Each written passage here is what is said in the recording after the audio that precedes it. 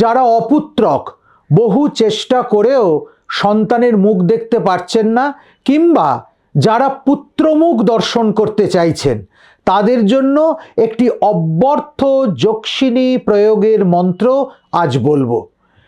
সহবাসের আগে স্বামী স্ত্রী উভয়ে এই মন্ত্রটি 108 বার করে জপ করবেন। যদি উভয়ের মধ্যে কেউ জপ করতে রাজি না থাকে, তাহলে তার বিপরীতে যিনি রয়েছেন তিনি 108 করে দুবার জপ করবেন।